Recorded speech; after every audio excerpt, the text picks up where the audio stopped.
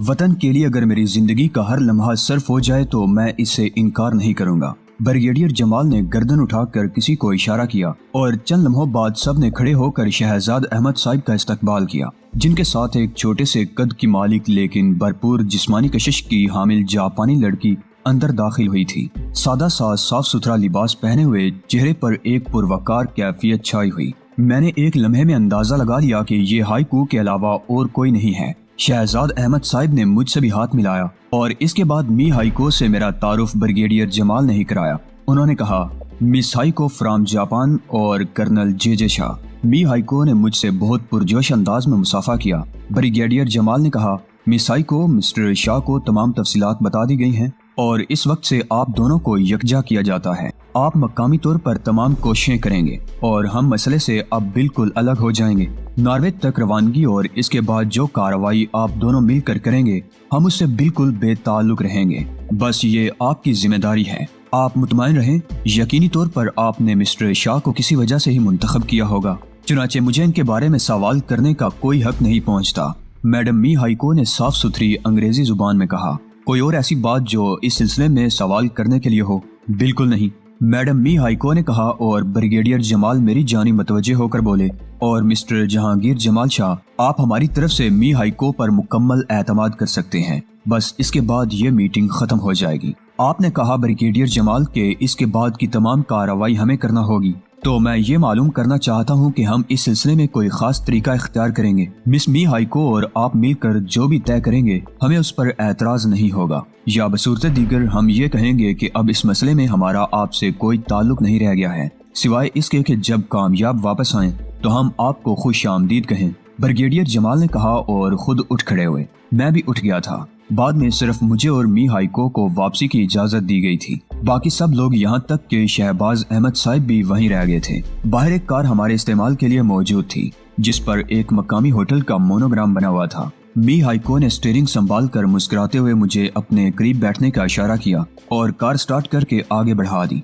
कुछ लम्हों के बाद उसने कहा, मैं शेरटन के कमरा नंबर 828 में मुकीम हूँ, अपने असल नाम से। अगर आप पसंद करें कर्नल शाह तो मेरे साथ ही चलें, कुछ देर बातें रहेंगी। मैंने गर्दन हिला दी। मी हाइको बहुत खूबसूरत ड्राइविंग करती थी। होटल शेरटन पहुंचने में हमें कोई दिक्कत पेश नहीं आई। कार पार्क करके वो चाबी जलाती हुई चल पड़ी। मैं उसकी चाल से ये अंदाजा लगा रहा था कि वो इंतहाई फुर्तीली औरत है। उम्र भी 25-26 साल से ज्यादा नहीं होगी और इसके बारे में मुझे जो कुछ बताया गया था वो यकीनी तौर पर सनसनीखेज था, लेकिन बहरहाल मेरे लिए कोई अजनबी बात नहीं थी। उमूमन मुझे इस किस्म के किरदारों से वास्ता पड़ता रहता था। अलबत्ता मी हाइको के सामने बड़ा मोहतात रहना चाहता था, उस वक्त तक जब तक कि इसकी शख्सियत का अंदाजा न हो जाए। ये भी एक दिलचस्प बात थी कि एक ऐसे प्राइवेट इदारे की रुकन इस बार मेरे साथ काम कर रही थी जो दुनिया भर में मुख्तलिफ उमूर सरअंजाम देता था। होटल का ये कमरा बहुत खूबसूरती से सजा हुआ था। मी हाइको ने खिड़कियों के पर्दे हटाए और बाहर से रोशन रात झांकने लगी। रोशनियां चारों तरफ बिखरी हुई थी। मी हाइको मेरे सामने आकर बैठ गई, फिर बोली, अब ये बताओ डियर के क्या खाओगे, क्या पियोगे? मेरा ख्याल है डिनर तुम मेरे साथ कर लो। डिनर की जरूरत नहीं है मिस हाइको, वैसे आपसे कुछ देर बातें करना जरूरी समझता हूँ, तो फिर कॉफी पी लेते हैं, क्या ख्याल है? कोई हर्ज नहीं। मी हाइको ने रूम सर्विस को कॉफी लाने की हिदायत की और फिर मेरे सामने बैठ गई। मुस्कुराती निगाहों से मुझे देखने लगी, फिर बोली, एक हैरानकुन बात मैंने तुम्हारे अंदर देखी है मिस्टर शाह। क्या? कर्नल का ओहदा होने के बावजूद तुम्हारा अंदाज फौजियों जैसा नहीं है। दरअसल फौजियों के अंदर एक करख्तगी पाई जाती है। बहुत नर्म मिजाज और खुश इखलाक होने के बावजूद इनके चेहरे कुछ इस तरह खुरदरे हो जाते हैं जिससे ये एहसास होता है कि वो फौजी हैं। उनकी आंखें साकत और मद्दे मुकाबिल के चेहरे पर जमी रहती हैं। इस चेहरे के तासुरात लम्हा लम्हा तब्दील नहीं होते। जो कुछ भी उनसे कहा जाए उसे सुनते हुए उनकी गर्दन तन जाती है और आंखें शिकारी चीते की मानिद अपने मुखातिब पर जम जाती हैं, जबकि तुम बिल्कुल एक सिविलियन मालूम होते हो। मैंने मुस्कुराते हुए गर्दन खम कर दी और हंसकर बात टाल दी। मी हाइको ने भी इस सिलसिले में दूसरी बार सवाल नहीं किया। हम लोग कॉफी का इंतजार करते रहे। फिर मी हाइको ने अपने हाथ से मुझे कॉफी बनाकर पेश करते हुए कहा, घरेलू जिंदगी कितनी खुशगवार, कितनी खूबसूरत होती है। मैं लम्हा लम्हा इसे महसूस करती हूँ। जब कभी मुझे किसी नौजवान को कॉफी बनाकर पेश करना होती है तो अचानक ही मुझे ये एहसास होता है कि मैं औरत हूँ। मैंने निगाहें उठाकर मी हाइको को देखा तो वो हंस पड़ी। जबकि मैं औरत नहीं हूँ। क्या आप अपने मशागल की बुनियाद पर यह बात कह रही हैं? हाँ, बचपन ही से मुझे इस इदारे में शामिल कर लिया गया था जिसमें मेरा बाप और मेरी माँ काम करते थे। ये इदारा बहुत कदीम है और इसके मशागल यही रहे हैं। वैसे एक दिलचस्प बात यह है कि दुनिया के मुख्तलिफ मुल्कों में ये नेक नाम इदारा तस्वुर किया जाता है, क्योंकि हम लोग जो भी अमल करते हैं उसे तकरीब कारी के खिलाफ ही किया जाता है। हमने कभी बारी से बारी मुआवजा लेकर कोई ऐसा काम नहीं किया जिसे तकरीबी पहलू नुमाया हो। ये बहुत दिलचस्प इंकशाफ है मेरे लिए। यानी आप खुद को पेश किए गए उन प्रोग्रामों पर रिसर्च करती हैं और उसके बाद उन्हें कबूल करती हैं। मैं नहीं, मेरा इदारा। मैं तो उसकी एक आम रुकन हूँ, आम नहीं। जब इतना बड़ा काम आपके सुपुर्द किया है तो मैं तो इसे खास ही काम समझता हूँ, और यकीनी तौर पर खास काम करने वाले खास होते हैं। मी हाइको ने हंसकर कॉफी की प्याली अपने होंठों से लगा ली, फिर बोली, और अब जबकि ये जिम्मेदारी हमें सौंप दी गई है कि नॉर्वे हम अपने तौर पर रवाना होंगे, तो अपने तजर्बे की चंद बातें कहना चाहती हूँ मिस्टर शाह। जरूर। सबसे पहली बात तो ये है कि कहीं ऐसी जगह सफर करते हुए अपने आप को इस कदर गैर मुतासिर कुन बना लो कि किसी की निगाह तुम पर पड़ भी जाए तो वो तुम्हें काबिल तवज्जो ना समझे। अगर शख्सियत दिलकश और पुरकशिश होगी तो निगाहें इस जानिब उठेंगी, लोग इसके बारे में सोचेंगे और सोचने वाले छानबीन भी कर सकते हैं। तजर्बे की बात है और मेरे ख्याल में बहुत ही मुनासिब। मुझे मेकअप करना आता है और यकीनन मिलिट्री इंटेलिजेंस से ताल्लुक रखते हुए तुम भी इससे नावाकिफ नहीं होगे, लेकिन मैं ये समझती हूँ कि मेकअप की महारत मुझे ही सिर्फ करने दो, इसमें भी कोई हर्ज नहीं है। तो फिर कल का दिन हम इसके लिए मखसूस किए लेते हैं। और जैसा हमसे कहा गया कि यहाँ से नॉर्वे रवाना होने के लिए हमें अपने तौर पर इंतजामात करना पड़ेंगे, तो मैं समझती हूँ कि इस वक्त मेरी निगाह में सबसे मुश्किल काम है। अगर ये शोबा तुम अपने जिम्मे कबूल कर लो तो ये शोबा आप मेरे सुपुर्द कर दें मिस हाई को। इत्मीनान रखें और मुनासिब तरीका कार होगा। तमाम इंतजामात करने के लिए हमें सबसे पहले अपने चेहरे तब्दील करना होंगे, और इसके लिए मैं कल 10 बजे यहीं इसी होटल में मुलाकात कर सकती हूँ। मैं पहुँच जाऊँगा मिस हाई को, मैंने जवाब दिया। फरीदा को तमाम मामलात से आगाह कर ही दिया था। रात को उससे बहुत सी बातें हुई। हालांकि अब मैं ज़हनी तौर पर अपने इस मिशन की जानी मतवज्जे था, लेकिन ये घरेलू मिशन भी इतनी ही अहमियत का हामिल था। मुकर्रर वक्त पर मैं आफ्ताब कमाल के साथ जरूरी इंतजामात करके होटल रवाना हो गया, और थोड़ी देर के बाद हम दोनों मिस हाइको के सामने थे। हाइको ने मुतबस्सम निगाहों से आफ्ताब कमाल को देखा और मैंने आफ्ताब कमाल का उससे तारुफ कराया। फिर मैंने हाइको से कहा कि मेकअप के लिए जरूरी सामान भी मैं साथ ले आया हूँ। ये अच्छा है, थोड़ा बहुत मैंने भी मुहैया कर लिया है, मगर मिस्टर आफ्ताब कमाल इस सिलसिले में उलझन का शिकार हो जाएंगे क्योंकि हमें काफी वक्त लगेगा। आफ्ताब कमाल ने फौरन ही तजवीज पेश कर दी। अगर आप लोग इजाजत दें तो मैं 2 घंटे के बाद वापस आ जाऊं। ये मुनासिब बात है, मैंने आफ्ताब कमाल से कहा। वो चला गया और हाई को मेकअप का सामान दुरुस्त करने में मसरूफ हो गई। उसने बहुत सी चीजों के मिक्सचर तैयार किए और इसके बाद उसने मेरी तरफ तवज्जो दी और मेरे चेहरे पर मसरूफ हो गई। मेकअप वगैरह में मुझे कोई खास कमाल हासिल नहीं हुआ था। जो थोड़ा बहुत सीख लिया था वो काम आ जाता था, लेकिन मी हाइको के अंदाज से ये पता चलता था कि वो इस सिलसिले में वाकई बेहतरीन महारत रखती है। और तकरीबन 45 मिनट के बाद उसने जो चेहरा मेरे सामने पेश किया उसे देखकर मैं ठंडी सांस लेकर रह गया। ये एक पीले रंग का अस्तखानी सा चेहरा था जिसके खदो खाल बिल्कुल बेतासुर थे और फीके फीके थे। आंखों की रंगत भी तब्दील कर दी गई थी और इसके लिए कॉन्टैक्ट लेंस लगाए थे उसने, जिनके रंगों में धुंधलाहटें थीं, लेकिन रोशनी में कोई फर्क नहीं पड़ा था। मुझे आईना दिखाकर वो हंस पड़ी। मैंने उसे देखकर आहिस्ता से कहा, आपने तो मेरा मुस्तकबिल तबाह कर दिया मिस हाई को। वो हंसती रही। फिर उसने कहा, और अब मैं अपने साथ जो सलूक करूंगी वो भी तुम देख लेना। मैंने उसके मेकअप की महारत को गौर से देखा और दिल में ये सोचा कि अगर कुछ अरसा इसे इसकी तरबियत ले ली जाए तो मैं भी शायद बहुत अच्छा मेकअप कर सकूंगा। उसने अपने चेहरे के खतूत में नुमाया तब्दीली पैदा की और रफ्ता रफ्ता उसका चेहरा एक ऐसी उम्र रसीदा औरत के चेहरे में ढल गया जो जवानी में तो शायद काफी खूबसूरत रही हो, लेकिन अब ये खंडरात मकरू और बदनुमा हो गए थे। फिर उसने खुसूसी तौर पर लिबास तब्दील किया और इसके लिए मुझसे इजाजत ली। मैं कमरे से बाहर निकल गया था। वापस आया तो एक अजीबो गरीब मंजर मेरे सामने था। बिलाशुबा जिस्मानी हुइयत में ये तब्दीली नाकाबिल यकीन थी। मी हाइको ने सिर्फ चेहरे पर ही तवज्जो नहीं दी थी, बल्कि अपने गदराए हुए जिस्म को भी उसने एक ऐसे ढीले जिस्म का रंग दिया था जो इस उम्र की औरत के जिस्म का हो सकता था। थोड़ा सा मोटापे की जानिब माइल, लेकिन भरतौर बूढ़ा।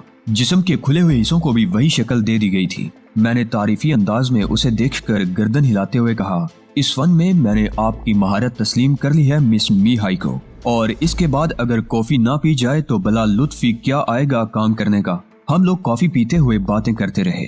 मी हाइको ने मुझे बताया, नॉर्वे में मैं तन्हा नहीं होंगी, बल्कि जरूरत के मुताबिक मैं अपने इदारे के आदमियों को तलब कर लूंगी। ये इंतहाई जरूरी है। दरअसल जैसा कि मैंने कहा कि हम अपने इदारे के काम से बहुत मुखलिस होते हैं और तमाम इन और आउट देख कर अमल करते हैं, यानी जो जरूरत हमें पेश आए उसके लिए तमाम इंतजामात कर लिए जाएं। चुनांचे नॉर्वे में एक ऐसी शख्सियत भी मौजूद है जिसे तुम इंसाइक्लोपीडिया या कंप्यूटर कह सकते हो, यानी वो वहाँ कुर्ब जवार में, मेरा मतलब है ओस्लो, हर्जन और दूसरे शहरों में मौजूद ऐसे लोगों की निशानदही कर सकती है जो मशकूक हैसियत रखते हों। बहरहाल हम लोग कॉफी पीने के साथ साथ ये गुफ्तगू कर ही रहे थे कि आफताब कमाल वापस आ गया और उसने थोड़ी देर के बाद हम दोनों की तस्वीर बनाई। तस्वीर से मुतमईन होने के बाद उसने कहा, आपसे कल दिन का वक्त जरूर लूंगा और इस दौरान सारी कार्रवाइयां मुकम्मल कर दूंगा। यकीनन ये ओस्लो रवानगी की तैयारियां हैं। वैसे क्या अब आप अपने शोबे के मुख्तलिफ लोगों से मुलाकात नहीं करेंगे मिस्टर जहांगीर जमाल शाह? नहीं, जरूरत नहीं है। यूँ समझ लीजिए अब हमारे राब्ते उनसे मुनक़ता हो चुके हैं। दूसरे दिन आफताब कमाल ने तमाम तैयारियां मुकम्मल कर ली और जब हमारे तैयारे ने रनवे छोड़ा तो मैं अपना माहौल मामूल के मुताबिक भूल गया। अब मुझे सिर्फ मी हाइको याद थी, अपना मिशन याद था। वो लोग याद थे जो मेरे मुल्क में एटमी उमूर पर दस्तावेजात अपने कब्जे में करके उन्हें हमारे दुश्मन मुल्कों के हाथों फरोख्त करना चाहते थे। अगर ऐसा हो गया तो फिर हमारा फायदा ही क्या, सब कुछ बेमकसद हो जाएगा। यकीनन ऐसा नहीं होना चाहिए और इसके लिए मुझे मुकम्मल तौर पर काम करना था। गो इस बार तरीकाकार जरा मुख्तलिफ था। मुझे तो ये जिम्मेदारी सौंपी दी गई थी, लेकिन यूँ लगता था जैसे मी हाइको मुझसे ज्यादा सरगर्म हो और मुझे उस पर एतराज भी नहीं था, क्योंकि मेरे मुल्क के आला हुक्काम ने उस पर एतमाद करके इस काम की जिम्मेदारियां उसे सौंप दी थी। अगर इस बार मुझे मातहत की हैसियत से मी हाइको के साथ काम करना पड़े तब भी कोई ऐसी बुरी बात नहीं थी। इसमें भी एक लुत्फ था। जिस वक्त तैयारा ओस्लो के रनवे पर उतरा तो तेज बारिश हो रही थी। शुमाली यूरोप का ये इलाका अपनी मिसाल आप था। बारिश में डूबी हुई रोशनियां अजीब सी लग रही थी। एक टैक्सी हमें लेकर होटल मार्को पोलो चल पड़ी। होटल मार्को पोलो का इंतखाब भी मी हाइको ने ही किया था। मुझे रफ्ता रफ्ता ये एहसास हो रहा था कि वो अपने अंदर बेपनाह सलाहियतें रखती है और हर माहौल पर काबिज हो जाने की कुव्वतों की मालिक है। बहरहाल इस दिलचस्प तजर्बे को मैं नजरअंदाज नहीं कर सकता था। मार्को पोलो की 7वीं मंजिल के एक कमरे में पहुंचने के बाद उसने गहरी गहरी सांसें ली। बारिश के थोड़े बहुत असरात हम पर हुए थे। वो मुस्कुराकर मेरी तरफ देखने लगी और बोली, अगर चाहो तो लिबास तब्दील कर लो। लिबास तो तब्दील करना है मैडम हाइको। तो फिर ठीक है, वैसे तुम्हें एक ही साथ कमरा लेने पर तो कोई एतराज नहीं है। नहीं, भला मुझे क्या एतराज हो सकता है, मैंने जवाब दिया। वैसे मैंने महसूस किया था कि वो गहरी नजरों से मेरा जायजा लेती रही है, गोया मेरे अंदर उतरना चाहती है, गालिबन ये मालूम करने के लिए कि मैं कहां से कहां तक हूं। और इस वक्त ये एक तफरीही मशगला था जो मेरे हाथ आ गया था। जिंदगी जिस अंदाज में गुजारी थी, इसमें बहुत से जहानत के कारनामे सरअंजाम दिए थे। भरतौर अब अहमक बनकर भी देख लिया जाए, किसी को अगर ज़हनी बर्तरी की इजाजत दे दी जाए तो कोई हर्ज भी नहीं था। उसने लिबास तब्दील कर लिया। यहाँ आने के लिए न जाने कैसे कैसे लिबासों का इंतखाब किया गया था। मैं भी अपने उम्दा लिबास नहीं ला सका था क्योंकि सूरत हाल ही ऐसी थी। बहरहाल रात का खाना हमने अपने कमरे ही में खाया और इसके बाद मैडम हाई को अपने बिस्तर पर जा बैठी। वो गहरी सोच में डूबी नजर आती थी। मैंने भी एतराज नहीं किया। अकबी खिड़की खोलकर ओस्लो के सन्नाटे देखने लगा। बारिश ने सड़कें वीरान कर दी थी। तेज और धुआंधार बारिश मुसलसल हो रही थी। खिड़की कुछ इस अंदाज से बनाई गई थी कि धुआंधार बारिश भी अंदर दाखिल नहीं हो सकती थी। बहुत देर तक मैं इस मौसम से लुत्फ अंदोज होता रहा। बहरहाल यूरोप का अपना मिजाज है और ये सब कुछ इसी मिजाज के मुताबिक था। इसके बाद मैं अपने बिस्तर पर आ लेटा। हाई को भी अपने बिस्तर पर इस तरह बेसुध लेटी हुई थी जैसे गहरी नींद सो गई हो, लेकिन इसकी आंखें खुली हुई थी और छत से टिकी हुई थी। मेरे होंठों पर मुस्कुराहट फैल गई। इस किस्म के बहुत से मौके मुयस्सर आ चुके थे और ऐसे लम्हात में मेरे जहन में जो तस्वुरात जागते थे वो इस वक्त से कतई मुख्तलिफ थे। इंसान जिंदगी में एक मंजिल पर आ जाने के बाद जहनी तौर पर वाकई मोतदिल हो जाता है। इसका तजर्बा उस वक्त से ज्यादा और कब हो सकता है, लेकिन मैंने ये भी महसूस किया कि मी हाइको भी एक सलीके की औरत है और इसके अंदाज में भी अभी तक कोई ऐसा हल्कापन नहीं पाया गया जो काबिल तवज्जो होता। रात के तकरीबन 12:30 बजे थे। उस वक्त नींद मेरी आंखों में पेवस्त हो गई। मैं सो गया। दूसरे दिन सुबह को जागा तो मी हाइको बाथरूम से निकल रही थी। मुझे देखकर उसने सुबह का सलाम कहा اور ایک بوڑھی عورت کے منہ سے یہ سلام مجھے عجیب سا لگا۔ وہ ہنس پڑی۔ کیوں میڈم ہائیکو، خیریت؟ نہیں، میں تمہارے چہرے کے تاثرات پڑھ رہی ہوں۔ بلا شبہ یہ ہم دونوں ہی کے لیے ایک دلچسپ تجربہ ہے، کیوں نہیں؟ اچھا یہ بتاؤ، ناشتہ یہیں کرو گے یا؟ نہیں میڈم، صبح ہی صبح ہم ناشتے کے لیے کہاں جائیں گے؟ بس تو ٹھیک ہے، میں روم سروس کو ٹیلی فون کیے دیتی ہوں۔ ناشتہ کرتے ہوئے وہ اپنے آج کے پروگرام کے بارے میں بتانے لگی۔ اس نے کہا، اس کا نام سیرنیو ہے اور مسٹر سیرنیو یہاں سے تھوڑے فاصلے پر ایک چھوٹے سے دیہات میں رہتے ہیں۔ ویسے یہ دیہات آبادی سے زیادہ فاصلے پر نہیں ہے، میرا مطلب ہے ایک سڑک وہاں تک جاتی ہے اور ہمیں مسٹر سیرنیو تک پہنچا دیتی ہے۔ میں ابھی انہیں ٹیلی فون کر کے ان کے مشاغل معلوم کیے لیتی ہوں۔ ناشتے سے فارغ ہونے کے بعد اس نے مسٹر سیرنیو کو ٹیلی فون کیا اور غالباً دوسری طرف سے اس کو جواب بھی مل گیا۔ میرا نام می ہائیکو ہے۔ ہاں میں آ رہی ہوں، بس تھوڑی دیر کے بعد۔ ہاں میرے ساتھ مسٹر شاہ ہوں گے۔ اوکے ٹھیک ہے۔ اس نے ٹیلی فون بند کر دیا۔ تھوڑی دیر کے بعد ہم نیچے اترے۔ ٹیکسی ہی استعمال کی گئی تھی۔ اوسلو رات کو بارش سے دھل کر نکھر آیا تھا اور اس وقت بارش بند ہو گئی تھی، لیکن آسمان پر ہلکا ہلکا ابر تھا جس کی بنا پر دھوپ کا نام و نشان بھی نہیں تھا۔ ویسے بھی ان علاقوں میں دھوپ ایک نایاب چیز ہے اور جب کبھی دھوپ نکل آتی ہے تو خوشیاں منائی جاتی ہیں۔ تاہم اس وقت نہ تو کوہر تھی اور نہ سڑکیں دھندلائی ہوئی۔ ٹیکسی برق رفتاری سے لے کر ہمیں نواحی علاقے میں آ گئی اور پھر می ہائیکو کے بیان کی تصدیق ہو گئی، کیونکہ می ہائیکو نے ٹیکسی کو ایک ذیلی سڑک پر مڑنے کا اشارہ کیا تھا اور اب ہم ایک ایسے فارم ہاؤس کے سامنے کھڑے ہوئے تھے جو دور ہی سے دیکھنے میں خوبصورت نظر آتا تھا۔ تحد نگاہ حسین پھولوں کی بھرمار تھی اور ان پھولوں کے درمیان اندر جانے کا راستہ بنایا گیا تھا۔ جو ایک عمارت ان پھولوں کے اختتام کے بعد نظر آ رہی تھی وہ بھی ایک پھول ہی کی مانند تھی، انتہائی حسین اور مختلف رنگوں سے آراستہ۔ اور اس عمارت کے حسین دروازوں پر مسٹر سیرنیو نے ہمارا استقبال کیا۔ یہ چھریرے بدن کا ایک خوش شکل آدمی تھا، عمر تقریباً 40-42 کے قریب ہوگی۔ می ہائیکو کو دونوں شانوں سے پکڑ کر سینے سے لگایا اور می ہائیکو ہنسنے لگی۔ اس نے بوڑھی آواز میں کہا، کیسی لگ رہی ہوں تمہیں اس شکل میں سیرنیو؟ مسٹر شاہ کے سامنے کچھ نہیں کہہ سکوں گا، لیکن تم نے نہ صرف اپنے آپ پر بلکہ مجھ سے بھی زیادتی کی ہے۔ کیا مسٹر شاہ بھی میک اپ میں ہیں؟ ہاں، اور یقینی طور پر یہ بھی ایک نوجوان آدمی ہوں گے۔ بالکل، اور انتہائی خوبصورت مشرقی حسن کا شاہکار ہیں، می ہائیکو نے جواب دیا۔ مسٹر سیرنیو ہمیں لے کر اندر داخل ہو گئے۔ یہاں اور بھی بہت سے افراد تھے جو ہماری جانب متوجہ نہیں ہوئے۔ یوں لگتا تھا جیسے اس قسم کے مہمان اکثر یہاں آتے رہتے ہیں۔ ہم ایک کمرے میں پہنچ کر ایک میز کے گرد بیٹھ گئے اور مسٹر سیرنیو نے کہا، میڈم ہائیکو، بہت دن کے بعد آپ سے ملاقات ہوئی۔ بہرحال جو ذمہ داری آپ نے میرے سپرد کی تھی اس کے سلسلے میں آپ کو سب کچھ بتانے کا پابند ہوں، لیکن کیا مسٹر شاہ کی موجودگی اس کے لیے کوئی نقصان دہ چیز تو ثابت نہیں ہو سکتی؟ مسٹر شاہ میرے دستے راست ہیں اور یوں سمجھ لیجئے کہ ہم دونوں برابر کی حیثیت رکھتے ہیں۔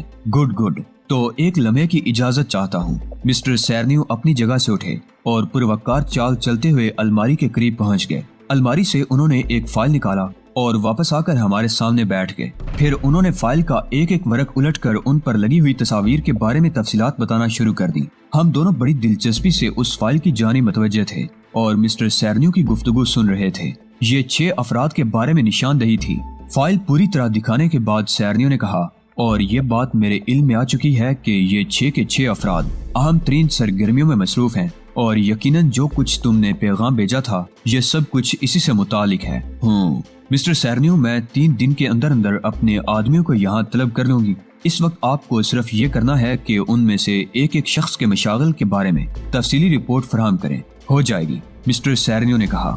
میرا قیام مارکو پولو میں ہے، روم نمبر نوٹ کر لیجئے اور ٹیلی فون نمبر بھی۔ ڈائریکٹ لائن ہے؟ ہاں بالکل ڈائریکٹ۔ اوکے، پھر بھی ذرا احتیاط برتنا ضروری ہے کیونکہ اس قسم کے کاموں میں لوگ ایک دوسرے کی جانب توجہ رکھتے ہی ہیں۔ ویسے میں آپ کی ذہانت کی داد دیتا ہوں، آپ نے اپنے آپ کو بالکل ناقابل توجہ بنا لیا ہے۔ مسٹر شاہ کے سامنے ہم ماضی کی کوئی ایسی بات نہیں دہرائیں گے جو میری شخصیت کو ہلکا کر دے، مس می ہائیکو نے کہا۔ میں پتھرائے ہوئے انداز میں بیٹھا ان کی گفتگو سن رہا تھا۔ اس بار بھی میں نے اپنی جانب سے کسی مداخلت کا اظہار نہیں کیا تھا۔ کافی دیر تک می ہائیکو وہاں رہی اور مسٹر سیرنیو اس سے اسی موضوع پر باتیں کرتے رہے۔ ویسے ذرا عجیب قسم کے آدمی تھے، کسی بھی چیز کے لیے نہیں پوچھا تھا، البتہ باہر تک رخصت کرنے آئے تھے۔ وہ ٹیکسی ہمیں چھوڑ کر جا چکی تھی جو ہمیں یہاں لائی تھی۔ واپسی کے لیے مسٹر سیرنیو نے خود ہی ایک ٹیکسی کا بندوبست کیا اور اس کے بعد ہم مارکو پولو ہوٹل چل پڑے۔ اب ہمارے پاس فرصت ہی فرصت ہے۔ میں اپنے جن افراد کو طلب کر رہی ہوں انہیں یہاں مختلف کام سونپے جائیں گے۔ ویسے کیا تم میری اس کارکردگی سے مطمئن ہو ڈیئر مسٹر شاہ؟ ہاں میڈم، میں تو سمجھ رہا ہوں کہ آپ ذہنی طور پر مجھ سے بہت برتر ہیں اور جو کچھ کر رہی ہیں اس میں ذہانت کے بے شمار پہلو پوشیدہ ہیں۔ وہ فخریہ انداز میں مسکرانے لگی تھی۔